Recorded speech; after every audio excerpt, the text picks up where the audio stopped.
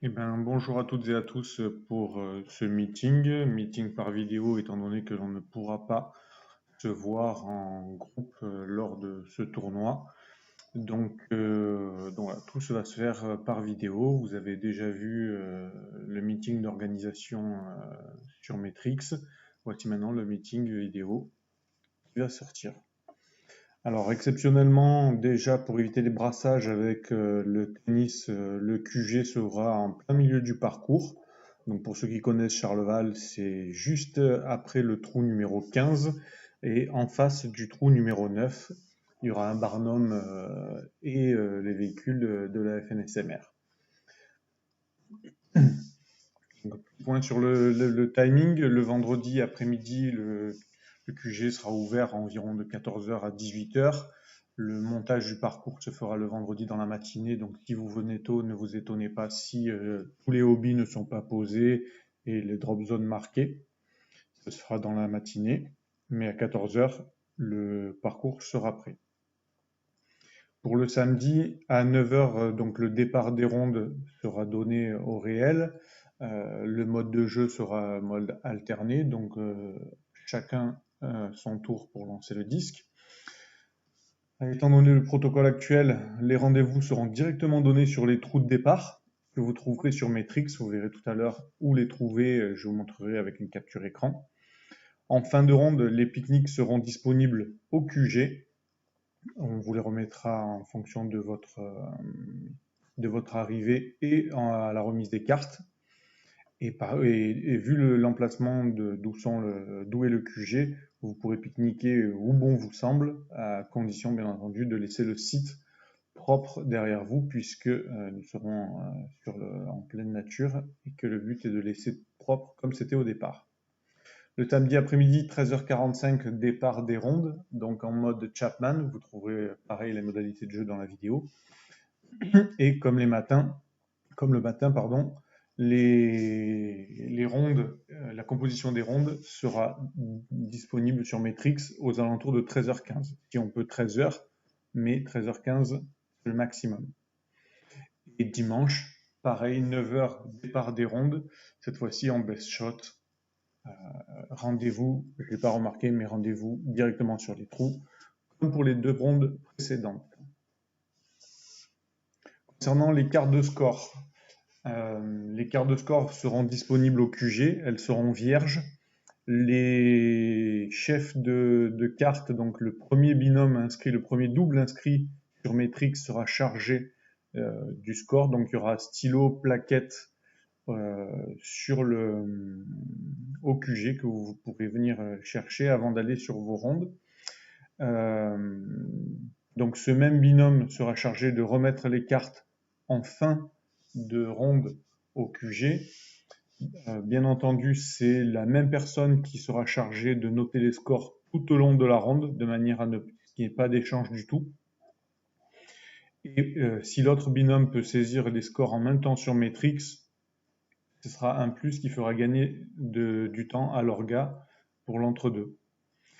D'ailleurs, pour ceux qui ne le savent pas, l'application Disc Golf Matrix est désormais disponible sur le Play Store et pour les iPhones, je ne sais plus comment ça s'appelle, mais c'est disponible également. Autre point, il n'y aura pas de cérémonie de clôture cette année, vu le protocole, donc pas de remise de récompense.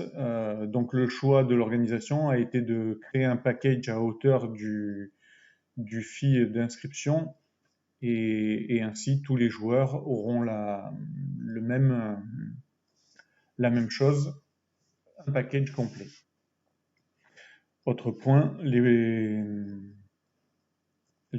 hobbies seront signalés par des drapeaux de couleur orange, pour ceux qui ont l'habitude, ce sera les mêmes que les autres années. Point qui n'est pas mentionné ici, mais autour du QG, il vous sera demandé d'avoir un masque sur le visage de manière à éviter les échanges, même si on est en plein air, autour du QG, on va vous demander d'avoir le masque sur le visage. Alors concernant l'interface Disc Golf Matrix, comme je vous le disais sur la première interface, Vous avez le lien meeting du tournoi et organisation des rondes qui sont des vidéos comme celle-ci en capture écran. Vous avez le protocole sanitaire détaillé en format PDF qui est en lien, et le guide du joueur, le numéro 3 dans la capture écran, présent également depuis le début. Quand vous aurez besoin d'aller trouver où vous commencez et avec qui vous jouez, vous avez le petit 1 sur la capture d'écran en haut, l'affichage des groupes qui va marquer cliquez ici. Donc vous aurez à partir du vendredi soir, vous aurez où vous commencez et avec qui vous allez jouer, comme je vous le disais tout à l'heure, pour aller chercher les cartes de score, les ramener et savoir quel est votre lieu de rendez-vous. Pour les rondes 2 et 3, si vous avez besoin de vous y rendre, vous sélectionnez le menu déroulant là où il y a le chiffre 2, vous choisissez R1, R2, R3 pour ronde 1, pour ronde 2, pour ronde 3, et vous pourrez cliquer et pareil, l'affichage des groupes sera disponible aux heures mentionnées plus tôt. On va commencer le trou par trou rapidement. Vous avez l'affiche que vous trouverez sur le T-Sign sur le parcours. Donc je ne vais pas beaucoup m'attarder dessus, mais juste pour ceux qui ne connaissent pas, avoir un minimum d'informations. Donc au trou numéro 1, vous avez le chemin DFCI sur la droite qui est hobby. Des drapeaux seront signalés. Et ce trou est le CTP du samedi matin. Pour le trou numéro 2, par 4 de 132 mètres, à droite, le même chemin et chemin DFCI et hobby. Et à gauche, vous verrez le canal que vous longerez en faisant le trou, et aussi hobby. Et bien entendu, hors de question d'aller chercher les disques, bien trop dangereux, et du courant et du fait de l'impossibilité de remonter, ou de grandes difficultés à remonter en tout cas. Trou numéro 3, donc on se retrouve de l'autre côté du chemin. Donc là, cette fois-ci, c'est le chemin à droite, donc le même DFCI qui est hobby. À la fin du trou, vous voyez le fairway du trou 4 qui revient. Même s'il y a un mandatory quand vous êtes proche de la corbeille, faites attention aux joueurs qui pourraient être en train de jouer du tee de départ numéro 4, parce que c'est dans votre direction que le jeu se fait. Trou numéro 4, donc je parlais du mandatory à passer. J'ai rajouté un trait rouge qui mentionne la ligne à ne pas dépasser, qui définit à la hauteur de laquelle on a manqué ou non le mandatory. Une drop zone juste devant sera signalée au sol. Si le mandatory est manqué, on rejoue de la drop zone avec un point de pénalité. La route à gauche est également hobby, même si comme ça sur le chemin ça paraît difficile d'y aller. Malheureusement, ça arrive. Donc la route, il y aura des drapeaux. La route est hobby. Trou numéro 5, pas grand chose à signaler, si ce n'est que la ronde du samedi après-midi, la ronde 2, ce sera le closest mis en jeu. Et on ne sait jamais, au départ du trou 18, les joueurs qui sont en train de driver, ça arrive jusqu'au petit départ numéro 5, c'est compliqué, mais malheureusement, on ne sait jamais. Gardez toujours un œil sur votre gauche. Trou numéro 6, par 3 de 106 mètres, rien à signaler. Trou numéro 7, par 4, 165 mètres. Alors sur le fond, parce que tout au long du fairway, ça m'étonnerait que vous y accédiez, mais sur le fond, si jamais il y a une approche qui est très longue, vous pouvez arriver vers le canal qui, bien entendu, est hobby, comme pour le trou numéro 2. Trou numéro 8, trou en montée par 3 de 58 mètres. Le chemin DFCI n'est pas hobby, mais attention aux promeneurs et aux VTT qui le traversent pour promener, entre autres. Trou numéro 9, donc la route en contrebas qui est toujours ce chemin DFCI et hobby. Les drapeaux seront là pour représenter. Et on arrivera à côté du QG. Trou numéro 10, par 3, 98 mètres. Même chemin DFCI sur la droite, qui sera hobby également, mais toujours représenté par des drapeaux. Trou numéro 11, idem que le trou numéro 10, c'est le même chemin, la continuité du chemin des FCI. Si vous vous retrouvez derrière le drapeau, c'est Obi. Trou numéro 12, donc là on est dans la redescente. Donc le même chemin à droite et Obi. Sinon, tout le reste du fairway est jouable. Trou numéro 13, grand par 5, 232 mètres.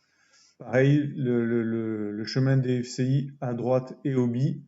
Le fairway est dans un canyon, une espèce de canyon, donc même si c'est en montée, ça paraît difficile d'y aller, mais ça arrive, et surtout avec certains kicks, des arbres au milieu.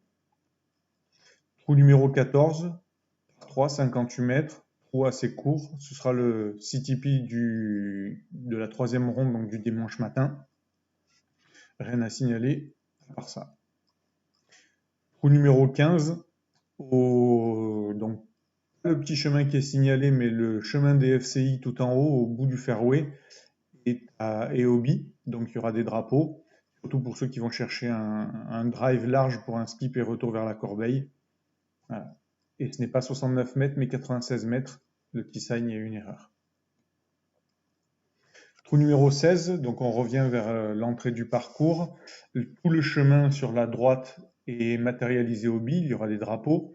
Et le dernier arbre au fond, le Obi remonte sur l'autre chemin des FCI. Vous verrez, ce sera matérialisé par une espèce de crevasse en plein milieu du chemin sur laquelle l'eau rigole pour aller jusqu'au bout. Voilà, c'est ce chemin, c'est cette crevasse qui fera office de Obi. Mais là aussi, des drapeaux signaleront tout ça. Attention sur vos drives, le trou du 17 est très facilement accessible sur le skip. Trou numéro 17, RAS, si ce n'est de surveiller, comme je viens de le dire, les drives des joueurs au trou 16 s'il y en a, au cas où le drive se dévisse complètement. Trou numéro 18, alors on se retrouve en hauteur sur le fairway. Donc, alors là, il y aura un Obi sur la droite, comme je viens de le mentionner, pour le trou 16, où le retour le long de la crevasse, il y aura des piquets Obi. En bout de chemin, il y a un petit muret en pierre et la route qui repart vers le trou numéro 2. Ça aussi, c'est Obi. Et là, pour le coup, c'est les lanceurs. Trou numéro 5 et trou numéro 17. Attention à ceux qui éventuellement seraient au titre départ. Il ne me reste plus qu'à vous souhaiter une bonne semaine et hâte de vous retrouver sur le parcours ce vendredi, voire samedi. Je rappelle les informations importantes du protocole sanitaire qui sont ayez vos masques à proximité du QG. Si vous pouvez, lavez-vous les mains autant que possible. Ne touchez pas votre visage. C'est les consignes et les barrières de sécurité. Bien entendu, aucun check n'est toléré pendant le jeu, même si sur un bon coup, sur le dernier tour, le dernier trou, etc., etc. Merci de respecter cette règle. Les conditions sanitaires sont assez tendues actuellement, donc ce serait dommage de manquer le coach à cause de ça. Bonne semaine, samedi.